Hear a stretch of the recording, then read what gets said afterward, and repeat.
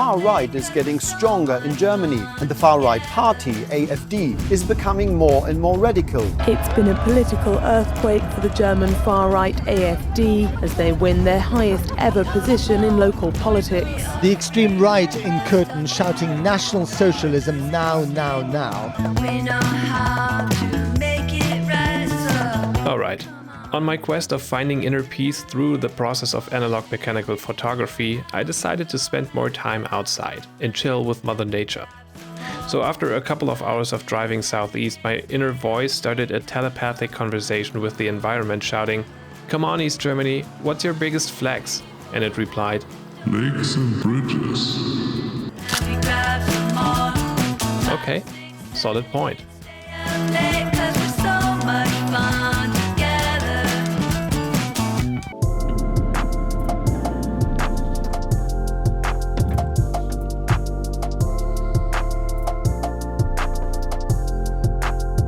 Get out of your comfort zone is what everyone says, and after my trip to West Germany I can safely say that has been the definition of the comfort zone, and the result were a couple of the most disappointing photos I ever took.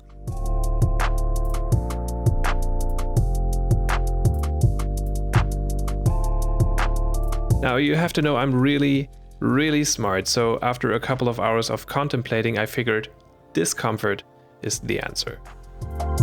So I grabbed my brother's van, which he only just started to rebuild, including keys that were disturbingly random for added thrill, and check out some Nazi territory. But baby steps. With all that unpredictability, I needed a solid rock, something to hold on to, a constant. So I slammed some Portra 400 into the camera and headed to my first stop.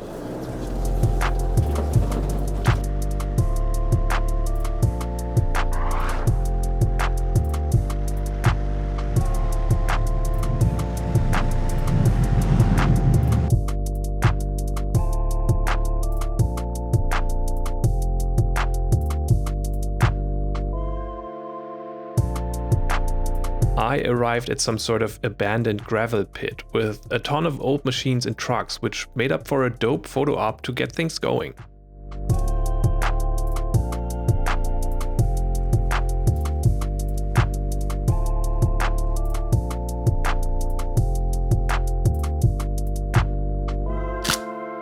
This one is kinda cool, but I wish I could have gotten closer to the logo. However, the area was fenced and I do respect other people's privacy and the potential threat of xenophobic right-wing hooligans.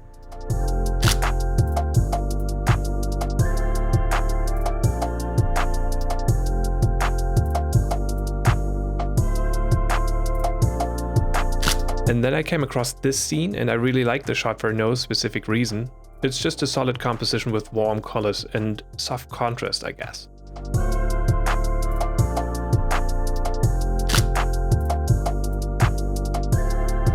Okay, quite a good start of the trip, so I decided to move on and just enjoy roaming the area.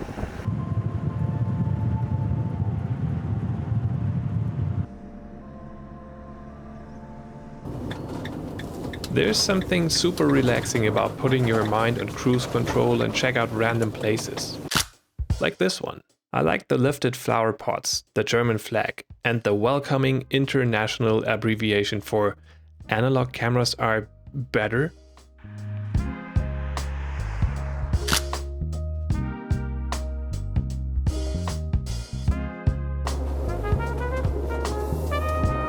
I started to vibe with this area, and as I'm becoming more and more comfortable with the Hassi and with the admittedly mediocre photos from my last video in my mind, I concluded to turn it up a notch and fight some inner demons. See, throughout my whole career as a digital artist, I have always been on the hunt for the most vibrant and flashy imagery possible. It just could not be colorful enough. I made buying decisions solely based on the amount of detail and latitude a camera's chip was able to capture and process. Ironically, on the other hand, I firmly believed black and white photography was, in most cases, just an effect, which people use to kind of upvalue an otherwise mediocre image. I mean, while everybody was raving about naked women behind string instruments on FP4, I felt nothing inside. But I will say I'm a deeply insecure person with a wounded inner child, and my best practice to deal with the unknown is rejection and denial. There's an incredibly tiny chance I might be wrong, is what I whisper to the flowers and butterflies around, because it is nothing anybody will ever hear me say out loud. However, while I noticed a serious rush of blood to the head, I chose to chill the f*** out and start with the safety net of black and white film. Ilford HP5. Time to get it together and try something new.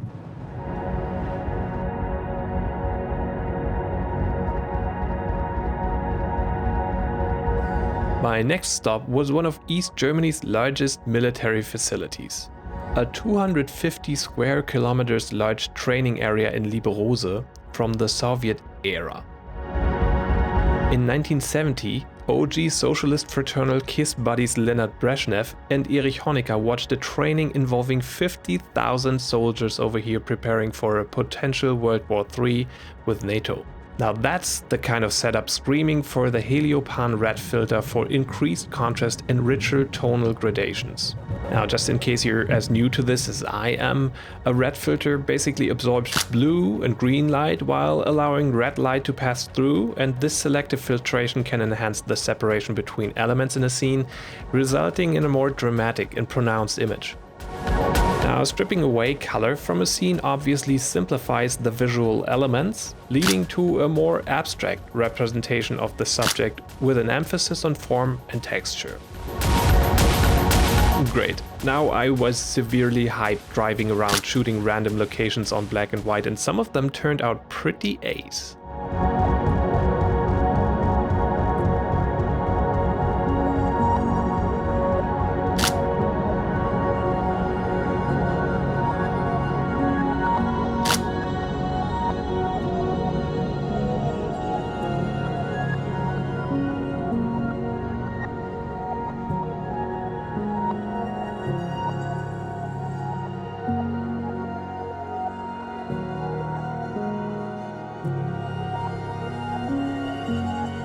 One thing that I noticed is that people are extremely wary and suspicious.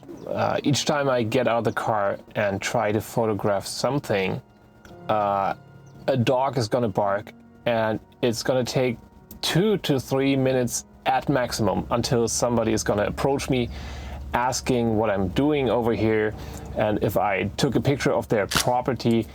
And each time I'm asking somebody if I can take a picture of their old car, the answer is going to be no.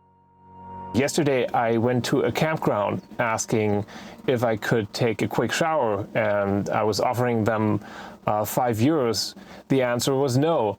It's almost like people just don't want you over here, man. I don't know.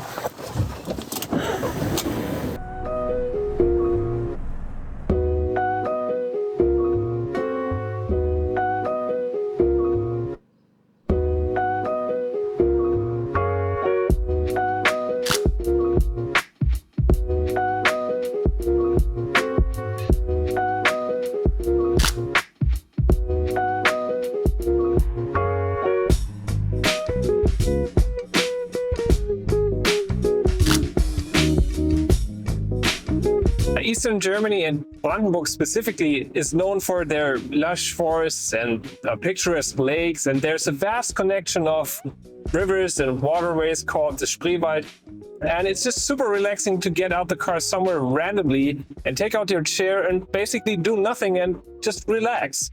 And it's obviously great for wildlife spotting. Yesterday I met this guy at the abandoned army station in full combat gear, asking if I've seen any wolves.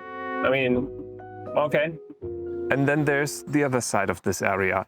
During World War II and Cold War, Brandenburg has been a key strategic area, and the government of East Germany in particular decided to build a huge network of underground bunkers and command centers just to ensure the continuity of governance in the event of a nuclear war. And while there's a lot of renovation and repurposing going on, you can still see the influence of socialist architecture. Plus, it's just super empty. I mean, just to give you an idea, Germany's population density is 7 times as high as the United States. and still you can go for like 10 minutes on the road without seeing a single car. Anyway, I can now confirm that discomfort actually makes it easier for me to focus on what makes me happy and eventually come up with pictures I'm happier with.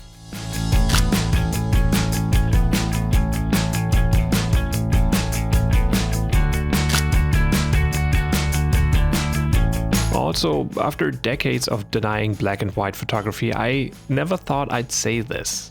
But I realized color can be a distraction, and shooting in black and white does not necessarily result in a nostalgic cringe fest.